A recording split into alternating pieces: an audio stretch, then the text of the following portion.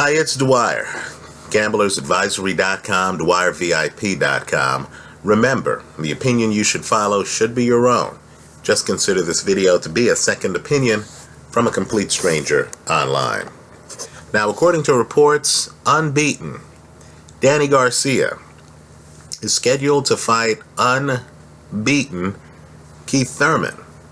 Right? Apparently, they're going to be getting it on in March of next year. And it's going to be for the WBC and WBA World Welterweight title.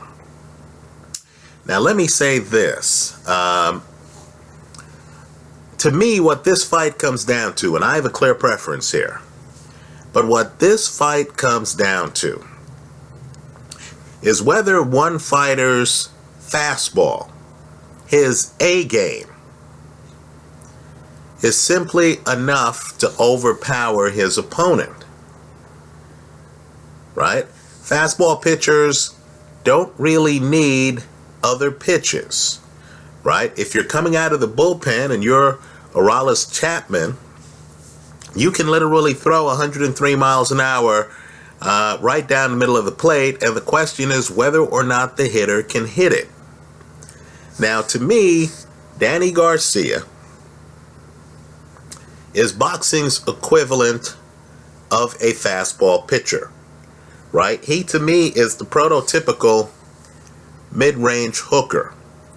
When you're fighting Danny Garcia, he's not going to get too close to you. He's not going to have a shoulder leaning on you, right? He's not going to be too far away from you. You're not going to see Danny softening you up with a lot of jabs.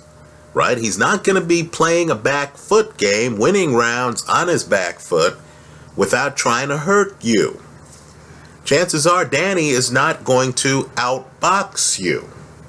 Rather, what Danny's going to do is he's going to set up at mid-range, and he's going to throw some very hard, right, A-level hooks. They tend to be left, right, left, right. This is not a guy who triples up on, a jab or triples up on a left hook. No, he's a mid-range hooker, just the way leverage is, right? To throw maximum power punches, Danny will dig one right, then he'll lean to the left, right? That's where the leverage takes him, and he'll throw another hard punch with his other hand. He hits so hard that even seasoned championship level fighters like Lamont Peterson, right, will spend the early part of a fight, in Lamont's case literally the first 6 or 7 rounds, not doing much, staying away from Danny, trying to survive. Right? Here's the problem I see with Danny. Even though Danny was a world-class amateur, even though he's an unbeaten multi-weight class champion, I really don't see the plan B and the plan C with Danny. In other words, the fighters I prefer are guys who, like Keith Thurman against Jean Zavek, have a front foot game but can actually, when the situation requires it, fight off their back foot behind a jab. Right? I like guys who can double and triple the power punches on one hand. Right? The problem with mid-range hooking again is hook, hook, hook, right? Sometimes the guy will hook, lean back, hook again, right? But more times than not, it's hook, hook, hook, right? Not a cross, not a straight hand. That's Danny. He's like the relief pitcher where it's fastball, fastball, fastball, off speed, fastball, fastball, right? The guys I like, I prefer fastball, curveball, changeup, fastball, slider, right? I like guys who learn a lot of ring languages. I don't think Danny has learned that many. So, in this fight, since I've seen Keith Thurman on his back foot, I've seen Keith Thurman against the guy who I personally feel was the best fighter either of these guys has fought. Since I saw Keith Thurman against Shawn Porter, right? A fight I thought Thurman lost on my scorecard. But even I'll concede Thurman's there at the end of the fight.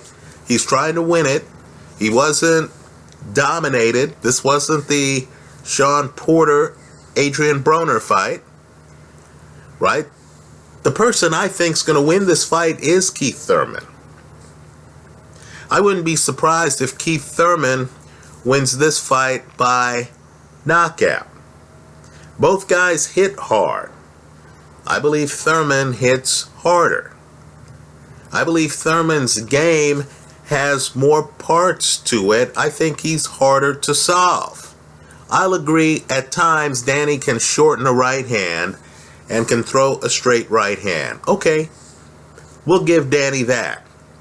But there have been stretches of Danny Garcia fights where, quite frankly, he hasn't looked good.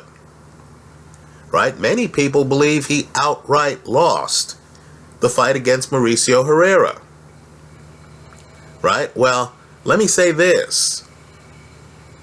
If you look at the second half, not the first half, but the second half of Danny Garcia against Lamont Peterson, you're going to see a fighter who looks owned. Right? It's a pity Lamont Peterson didn't fight that fight earlier in the fight. Because Lamont Peterson, in my opinion, at least on my scorecard, dominates the second half of his fight against Danny Garcia. He does it by staying away from the mid-range. Right? Peterson's moving around, lateral movement, keeps Danny turning. He's not in Danny's wheelhouse. You know Danny's wheelhouse. It's defined. Right? Peterson, at other times, comes close to Danny. Danny's not a guy who can shorten his mid-range punches. Right? Peterson uses feints. He uses a lot of slickness. He keeps Danny turning. He dominates Danny in a way in which I have never seen Keith Thurman dominated. Ever. And I don't believe Danny is sudden. Like Shawn Porter, I thought Porter's suddenness gave Keith Thurman problems. Let me credit Thurman with this too. Thurman's great throwing power shots coming forward. We know that. Against Shawn Porter, there were times where Thurman was on his back foot. Porter jumped in. Thurman landed shots with his back up against the ropes that stood Shawn Porter up. Right? Porter was dazed at times in that fight. So I think Thurman just does more in the ring. In other words, when I'm fighting Thurman, I can't just decide, okay, I'm going to stay away from mid-range and avoid getting hit hard. Right? When I'm fighting Thurman, if I back him up to the ropes, he's still dangerous. To YouTube Nation, name the Danny Garcia fight where Danny Garcia is backed up against the ropes and he looks dangerous. Let's revisit one of Danny Garcia's best moments, the Amir Khan fight. Look, I know rounds 3 and 4 were dramatic rounds for Danny. Why don't we discuss rounds 1 and 2 of that fight? I thought Khan's coming forward. Khan is throwing a jab right down Main Street, and it's landing on Danny, isn't it? Right? Khan, in fact, is on his front foot. backing Danny Garcia up. Khan's on his front foot in a way where Khan's not on his front foot against Saul Alvarez. You could tell Khan looked at the films and thought, this should be an easy fight. Now, Khan lacks head movement, right? Danny starts landing big shots. Tell me what those big shots were. That fight is here on YouTube, folks. Danny Garcia is mid-range hooking. Right now, had Amir Khan taken away the plane, in other words, Amir Khan standing pretty upright, Danny Garcia is throwing hooks, right? They're hitting the side of Khan's head. Now, let's say Khan bent, right? He's not standing upright. He bends, forces Danny to change the angle on his mid-range hook shots, right? Let's say Khan actually thought about defense. Rather than just trading and having a shootout, let's say Khan has a hand up, right? If you're up against a mid-range hooker and you know the guy's trying to hit you to the side of your head, why can't you bend down and put a hand up, right? If the punches are coming from the outside and you know what you're doing, don't you have clean shots, a clean possibility to counter a mid-range hooker right up the middle? Let's name another fight where Danny beat the guy. Make no mistake about it. But the guy was a master, and I thought the guy figured out what to do against Danny. And that's El Terrible, Eric Morales. Their first fight, right? Second fight, Danny, that was yours. But the first fight, you'll notice El Terrible is hanging around. Understand, again, veteran fighter, tastes Danny's power, knows, look, I don't want to hop in the cage with a young lion in the early part of the fight. So El Terrible is pacing himself. It's a marathon for him. You'll notice in the middle of that fight, though, El Terrible started to look good. Started to land punches that were straighter than Danny's punches. Seemed to realize that all of Danny's power was mid-range. Right? Well, when you're a puncher like Danny Garcia, you only have to be right once. Right? Danny lands big punches later in that fight and takes away Morales' momentum. My point to you is simply this. Keith Thurman, if he just looks at the second half of the Lamont Peterson fight, is going to see the blueprint on how to beat Danny Garcia, right? Anytime a fighter gets owned like that for several rounds, you'll know that his opponent is doing something stylistically that the other guy has no answers for. There's a moment in that fight where Lamont Peterson does a little dance in front of Danny Garcia, right? He's moving and he just starts dancing, it looks like, right in front of Danny Garcia. Doesn't even throw punches, it's just feinting. And the sequence is interesting because Garcia is supposedly trying to cut off the ring on Peterson, but he can't go the extra mile, right? And Peterson takes away the mid-range angles from him. So Garcia is frozen,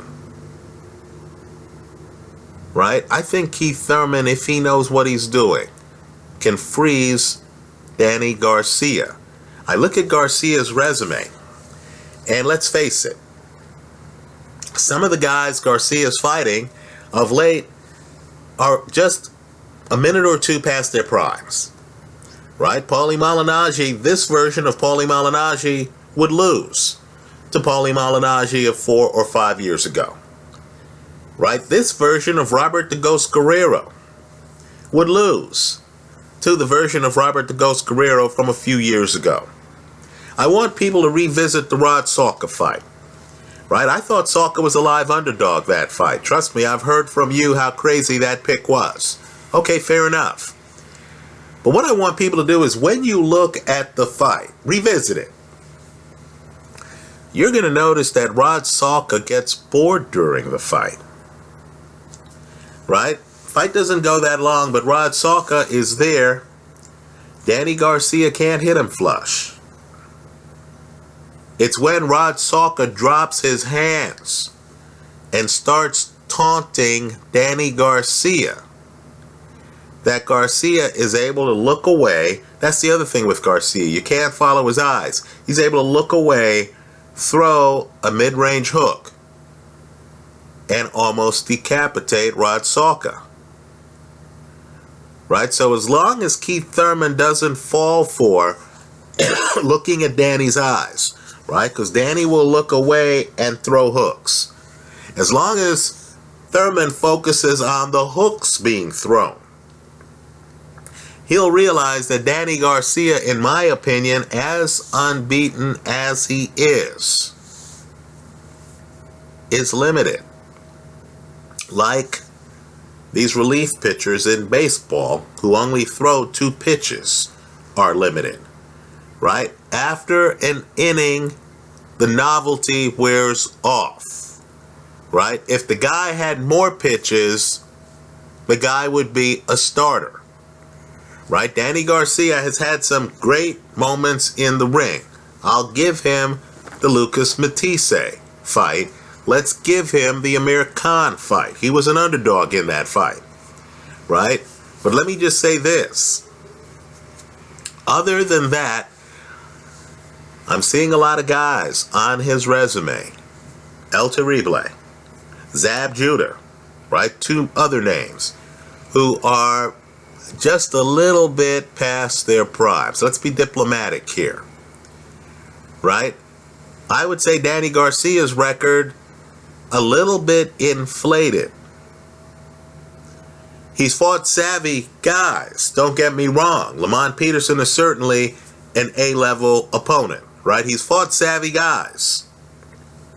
But many of the guys like Zab Judah, like Paulie Malignaggi, right, weren't in their primes at the time of the fight. Right? So, I like Keith Thurman here. I think Thurman does more in the ring. I think Thurman can fight on his back foot. I think Thurman can, fight with his back against the ropes. I think Thurman hits harder.